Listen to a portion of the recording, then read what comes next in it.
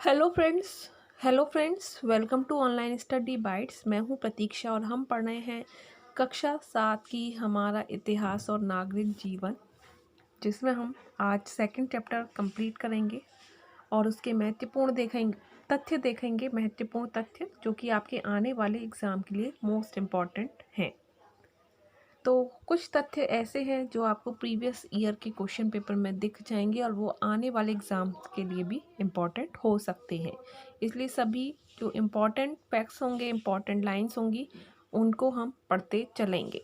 तो चलिए चलते हैं सेकंड चैप्टर की ओर। और अगर आपको वीडियो अच्छा लगे तो प्लीज़ लाइक एंड शेयर ज़रूर कीजिएगा और चैनल को सब्सक्राइब करके बेल आइकन पर प्रेस करना बिल्कुल भी मत भूलिएगा, जिससे कि नेक्स्ट वीडियो जब भी अपलोड हो उसका नोटिफिकेशन आप तक मिल जाए।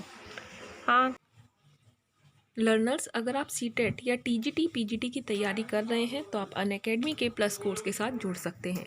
अनअकैडमी के प्लस कोर्स के पर जुड़ने के बाद आपको मिलते हैं बहुत सारे ऐसे फीचर्स जो आपकी तैयारी को और बेहतर बना सकते हैं, जैसे learn life from the comfort of your home, unlimited access to all courses, practice tests, batch courses and mentorship and guidance, exhaustive coverage of syllabus, regular doubt clearing sessions and answer writing sessions, live test series and study material PDF format। ये सारे features आपको Unacademy plus के साथ जुड़ने पर मिलते हैं, जिससे आपकी तैयारी और अच्छी हो सकती है। इसके अलावा आपके लिए अनअकैडमी लेकर आया है अनअकैडमी टेट चैम्पियनशिप, जो कि लाइव होगा 29 नवंबर 2020 को, और इसका जो टाइम होगा वो होगा 6 PM और ड्यूरेशन होगा 60 मिनट्स का। और अगर आप इस टेट चैम्पियनशिप में पार्टिसिपेट करते हैं तो आपको जीतने का मौका मिल सकता है अमेज़ॉन के वाउचर्स, जिसमें अगर आपकी रैंक 1 आती है तो 5000 के अमेज़ॉन वाउचर प्राप्त करेंगे। अगर रैंक 2 से 5 तक आती है तो 1000 के अमेज़ॉन वाउचर, और 6 से 10 तक रैंक आती है तो 500 का अमेज़ॉन वाउचर आपको रिवॉर्ड के तौर पर दिया जाएगा। इसके अलावा CTET mashup practice series by Himanshi Singh भी आपको अनअकैडमी पर मिलता है, जिसमें आपको मोस्ट इम्पॉर्टेंट क्वेश्चन मिलेंगे जो कि सॉल्व होंगे, और ये सब चीज़ें आपको सीटेट 2021 के पहले करवाई जाएंगी। इसके अलावा UP TGT PGT special social science का कोर्स है जो कि सौरभ शर्मा के द्वारा है। इसमें भी आपको most important question to be solve for UP TGT and PGT. Then UP TGT PGT का स्पेशल मैथमेटिक्स कोर्स है जो कि बाय कमलदीप सिंह के द्वारा है, और ये मोस्ट इम्पॉर्टेंट क्वेश्चन सॉल्व करवाए जाएंगे जो कि यूपी टीजीटी पीजीटी के मैथ्स के स्टूडेंट्स के लिए होगा। तो आप इन सभी को ज्वाइन कर सकते हैं, और आप अपने टाइम के अकॉर्डिंग, अपने एग्ज़ाम के का जो टाइम लिमिट है उसके अकॉर्डिंग कोई भी टेट का प्लस सब्सक्रिप्शन ले सकते हैं, जिसमें 1 मंथ, 3 मंथ, 6 मंथ, 12 मंथ और 24 मंथ्स के ये सब्सक्रिप्शन हैं, और सभी के अलग अलग प्राइस हैं। तो आप किसी भी सब्सक्रिप्शन को लेकर अनअकैडमी प्लस फीचर्स का फ़ायदा उठाएं और India's best educators for all subjects, all batches, 1 subscription. तो चैप्टर 2 हमारा स्टार्ट हो चुका है, जो कि है सल्तनत काल की शुरुआत। मोहम्मद गौरी के बाद जो काल स्टार्ट होता है उसे हम सल्तनत काल कहते हैं, और सल्तनत काल में इसे हम गुलाम वंश की जो स्थापना हुई थी, गुलाम वंश का जो स्टार्टिंग थी, वो सल्तनत काल के अंतर्गत ही आती है। तराइन का जो द्वितीय युद्ध हुआ पृथ्वीराज चौहान, जिसमें पराजय हुआ, उसमें दिल्ली में तुर्क शासकों का राज्य जो था वो स्थापित हो गया। अब भाषा, रहन सहन, जो धर्म थी वो बिल्कुल अलग थी। तुर्क शासक सुल्तान की उपाधि धारण करते थे। इन्होंने दिल्ली को शासन का केंद्र बनाया और लगभग 320 तक शासन चला। मोहम्मद गौरी की जो मृत्यु थी वो हुई थी 1206 में, और उसके समय तक लगभग पूरा उत्तर भारत उसके अधीन हो चुका था। उसने भारत में शासन चलाने के लिए गुलाम अधिकारी नियुक्त किए थे, जिनमें एक योग्य गुलाम अधिकारी था जो था कुतुबुद्दीन ऐबक, और यहीं से गुलाम वंश की स्टार्टिंग होती है, जो कि सल्तनत काल के अंतर्गत ही आएगी। गौरी की मृत्यु का समाचार मिलने के बाद कुतुबुद्दीन ऐबक ने स्वयं को भारत में तुर्क राज्य का शासक घोषित कर दिया। यह तुर्क राज्य अब तक तुर्क सल्तनत कहा गया। अगले शासक इल्तुतमिश ने 1210 ईस्वी में सत्ता संभालने के साथ दिल्ली को अपनी राजधानी बनाया। तब तक यह दिल्ली सल्तनत के नाम से प्रसिद्ध हो गया। आपको इस बात की हैरानी हो सकती है, उन दिनों गुलाम रखने की प्रथा थी और तुर्किस्तान के युवकों को खरीदकर उन्हें युद्ध और प्रशासन के काम में प्रशिक्षण देकर सुल्तानों को बेच दिया जाता था, इसलिए वे गुलाम कहलाते थे। ऐसे ही गुलाम थे कुतुबुद्दीन ऐबक। सल्तनत काल में सरदार, जिन्हें अमीर कहा जाता था, तुर्क और अफगान कबीलों के होते थे। इनमें जाति श्रेष्ठता तथा सल्तनत में ऊंचा स्थान पाने की भी होड़ रहती थी। इसके अलावा सुल्तान इस्लाम धर्मावलंबी थे तथा बाहरी देशों से आए थे, इसलिए भारतीय जनता पर शासन करने के लिए तुर्क अमीरों, उलेमा आदि को खुश करने के साथ ही हिंदुस्तानी जनता से भी सतर्क रहते थे, क्योंकि सल्तनत में विद्रोह का भय हमेशा क्या होता था, बना रहता था। इनके प्रारंभिक तुर्क, खिलजी वंश, तुगलक वंश, सैयद वंश एवं लोदी वंश प्रमुख थे और यही जो सारे वंश हैं यही होते हैं सल्तनत काल। प्रारंभिक में जो वंश था वो था गुलाम वंश, जो कि 1206 से 1290 तक चला। मोस्ट इम्पॉर्टेंट है, यहाँ से आपको बहुत सारे क्वेश्चन भी देखने को मिलेंगे, चाहे आपका टीजीटी का एग्ज़ाम हो चाहे वो पीजीटी का हो। यूपी टेट और सुपर टेट में भी क्वेश्चन मिल सकते हैं। सबसे पहले जैसा कि मैंने कहा, गौरी के बाद कुतुबुद्दीन ऐबक आए, जिन्होंने 1206 में गुलाम वंश की स्थापना की। 1206 में मोहम्मद गौरी की मृत्यु के पास उसका तुर्क गुलाम कुतुबुद्दीन ऐबक उत्तर भारत का पहला तुर्की शासक था। उसकी उदारता के कारण उसे लाख बख्श, तो क्वेश्चन आया है लाख बख्श किसे कहा जाता है। यूपी टेट में आपने देखा होगा, क्वेश्चन मिल जाएगा। टीजीटी पीजीटी में भी प्रीवियस ईयर के पेपर में आपको ये क्वेश्चन मिलेगा कि लाख बख्श किसे कहा जाता है या लाख बख्श की उपाधि किसे दी जाती है। तो आंसर होगा कुतुबुद्दीन ऐबक, अर्थात वह लाखों का दान करने वाला दानप्रिय व्यक्ति था। इसके बाद कुतुबुद्दीन ऐबक को भवन निर्माण में भी रुचि थी। उसने दिल्ली में कुतुब मीनार, कुब्बत उल इस्लाम मस्जिद और अजमेर में अढ़ाई दिन का झोपड़ा का निर्माण कराया। तो जो आप देख सकते हैं, कुतुबुद्दीन निर्माण जो है उसे भवन निर्माण में रुचि थी, इसलिए उसने कुतुब मीनार की शुरुआत करवाई, लेकिन इसे पूरा नहीं करवा पाया। पूरा इल्तुतमिश के द्वारा किया गया है, ध्यान रखिए, ठीक है। यहाँ दिया भी हुआ है, कुतुब मीनार की शुरुआत ऐबक ने की थी, परंतु इसको पूर्ण इल्तुतमिश ने कराया था। इल्तुतमिश जो था वो कुतुबुद्दीन ऐबक का दामाद था, बेटा नहीं था, दामाद था, ये भी आप ध्यान रखें। कुतुबुद्दीन ऐबक ने भारत में एक नए राज्य की नींव अवश्य डाली, पर उस राज्य को सुदृढ़ बनाने का अवसर उसे नहीं मिल पाया, क्योंकि वो बहुत कुछ टाइम तक ही शासन कर पाए। जैसे कि 1206 में गुलाम वंश की नींव रखी, लेकिन 1210 में चौगान खेलते हुए घोड़े से गिर गए और उनकी मृत्यु हो गई। इसके बाद उनके दामाद इल्तुतमिश जो थे, उन्होंने सत्ता संभाली 1210 में और 1236 तक शासन किया। 1210 में कुतुबुद्दीन ऐबक की मृत्यु के पश्चात दिल्ली के अमीरों ने इल्तुतमिश को गद्दी पर बैठाया। गद्दी पर बैठने के बाद उसे आंतरिक और बाहरी समस्याओं से जूझना पड़ा। इल्तुतमिश ने 40 गुलाम सरदारों का संगठन अर्थात तुर्कान ए चहलगानी का निर्माण किया।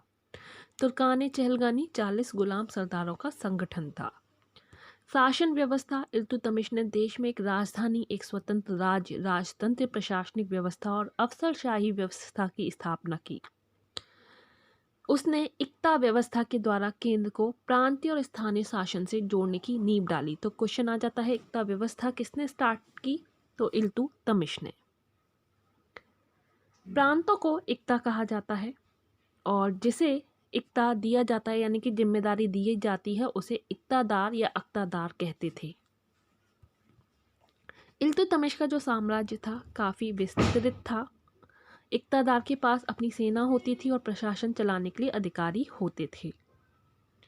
हारे हुए राय यानी कि राणा अक्सर सोचते थे कि समय क्यों अपने यहाँ का इतना सारा कर इकट्ठा करके तुर्कों को दूं, मैं पहले ही खुद ही क्यों ना रख लूं, जब वे आकर मांगेंगे तब देखा जाएगा। मौका देखकर राणा आदि कर देना बंद कर देते थे। फिर सुल्तान या इक़्तिदार को ऐसे विद्रोह राजा व राणाओं पर हमला करके ज़बरदस्ती उनसे कर वसूलना पड़ता था। चांदी का जो टंका था वो भी इल्तुतमिश के द्वारा चलवाया गया था। मोस्ट इम्पॉर्टेंट है। जो भी क्वेश्चन देखिए पहले आ चुके हैं या आने आ सकते हैं वो सभी मैं मोस्ट इम्पॉर्टेंट बोल रही हूँ क्योंकि ये इम्पॉर्टेंट है, पहले कई बार एग्ज़ाम में पूछे गए हैं और आपके एग्ज़ाम में आ सकते हैं। इल्तुतमिश ने मुद्रा व्यवस्था के सुधार करते हुए चांदी का टंका और तांबे का जीतल चलाया। दोनों ही मोस्ट इम्पॉर्टेंट पॉइंट है। 1236 में इल्तुतमिश की मृत्यु हो गई और उन्होंने अपने जीवन काल में ही अपनी पुत्री रजिया को अपना उत्तराधिकारी नियुक्त कर दिया था। रजिया सुल्तान प्रथम मुस्लिम महिला शासिका थी जो कि 1236 में शासिका बनी, लेकिन ज़्यादा समय तक वह शासिका नहीं रह पाई। 1240 तक ही रही, यानी कि 4 साल थी उन्होंने शासन किया। इल्तुतमिश ने अपनी पुत्री रजिया को अपना उत्तराधिकारी बना दिया था, परंतु सरदार और उलेमा को ये बर्दाश्त नहीं हुआ कि कोई स्त्री उन पर राज करे। इसके चलते इल्तुतमिश की मृत्यु के बाद उसका पुत्र रुकनुद्दीन फिरोज गद्दी पर बैठ गया, लेकिन दुर्बल शासक होने के कारण 1236 ईस्वी में रजिया दिल्ली की गद्दी पर बैठी और सुल्तान कही जाने लगी। रजिया से पूर्व प्राचीन मिस्र और ईरान में महिलाओं ने रानियों के रूप में शासन किया, परंतु मध्यकालीन विश्व में पहली मुस्लिम महिला शासक थी। रजिया ने लगभग 3 वर्ष 8 माह शासन किया। रजिया ने स्त्रियों का पहनावा छोड़ दिया और बिना पर्दे के दरबार में बैठने लगी। वह युद्ध में सेना का नेतृत्व भी करती थी। अमीरों को शीघ्र ही पता लग गया कि स्त्री होने पर भी रजिया उनके हाथों की कठपुतली बनने को तैयार नहीं थी। तुर्क सरदार भी किसी महिला के अधीन कार्य करने को तैयार नहीं थे। उन्होंने षड्यंत्र के द्वारा उसे गद्दी से हटा दिया। रजिया के बाद उसका एक भाई एवं 2 भतीजे बारी बारी से सुल्तान बनाए जो अयोग्य थे। इसके बाद इल्तुतमिश के छोटे पौत्र नासिरुद्दीन महमूद को दिल्ली का सुल्तान बनाया गया।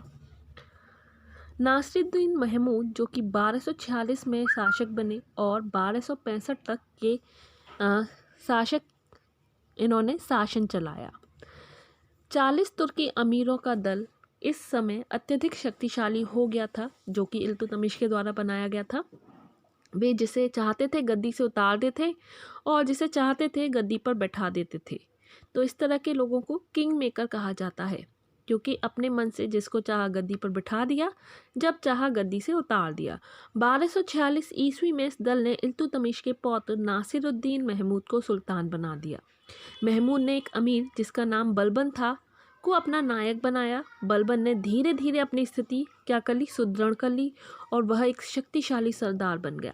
1265 ईस्वी में नासिरुद्दीन महमूद के बाद बलबन जो था वो गद्दी पर बैठा। बलबन 1265 से 1287 तक शासन किया इसने दिल्ली पर। बलबन एक योग्य और अनुभवी शासक था। उसने अपने शासनकाल में कई महत्वपूर्ण कार्य किए। उसने दिल्ली को सुरक्षित बनाने के लिए आसपास के जंगलों को कटवाया और साफ करवाकर वहां पुलिस चौकियों का निर्माण करवा दिया, जिससे कि विद्रोह ना हो। मेवातियों के अलावा अनेक अन्य विद्रोह का भी दमन किया। इसके बाद यहाँ पर कुछ भी नहीं है जो आपके एग्ज़ाम में आ सके। फिर हम बात करेंगे मंगोल। बलबन ने एक और प्रथा चलाई थी जो कि यहाँ पर नहीं दी हुई है, सजदा एवं पैबोश की, तो वो भी आ सकता है। तो यहाँ पर हम मंगोल आक्रमण के बारे में पढ़ लेते हैं। बलबन ने राज्य को बाहरी आक्रमणों से बचाने एवं मंगोलों की शक्ति को रोकने का प्रयास किया। 13वीं शताब्दी के प्रारंभ में एशिया और यूरोप में आक्रांताओं की नई लहर आई।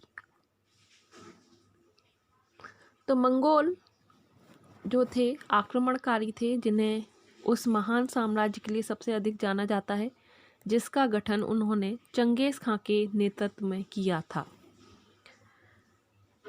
मंगोल आक्रमणकारी की भयंकरता को बलबन भलीभांति अनुभव करता था। जो मंगोल शब्द है वो फारसी शब्द मुगल का उद्भव जो हुआ है वो मंगोल शब्द से ही हुआ है, और जो मुगल बने वो मंगोल के ही वंशज थे। तो यहाँ पर हमारा जो चैप्टर है वो एंड होता है और शब्दावली दी हुई है, अभ्यास प्रश्न दिए हुए हैं। यहाँ आप देख सकते हैं, पहले कुतुबुद्दीन ऐबक, फिर इल्तुतमिश, फिर रजिया सुल्तान, नासिरुद्दीन महमूद और गयासुद्दीन बलबन। तो अढ़ाई दिन का झोंपड़ा कुतुबुद्दीन ऐबक के द्वारा बनाया गया है। टंका और जीतल जो चलाए गए वो इल्तुतमिश के द्वारा चलाए गए। तो यहाँ आप देख सकते हैं, सिजदा और पैबोश जो चलाया गया वो बलबन के द्वारा चलाया गया था, और प्रथम मुस्लिम जो शासिका थी वो रजिया थी। अढ़ाई दिन का झोंपड़ा कुतुबुद्दीन ऐबक ने बनवाया। कुतुब मीनार को किसने पूर्ण करवाया? इल्तुतमिश ने। इक्ता का प्रधान अधिकारी इक्तादार कहलाता था, और इल्तुतमिश ने रजिया को अपना उत्तराधिकारी बनाया था। तो यहाँ पर हमारा सेकंड चैप्टर भी एंड होता है। इसी के साथ नेक्स्ट वीडियो में मिलेंगे। अभी के लिए इतना ही। Bye bye, take care and thanks for watching.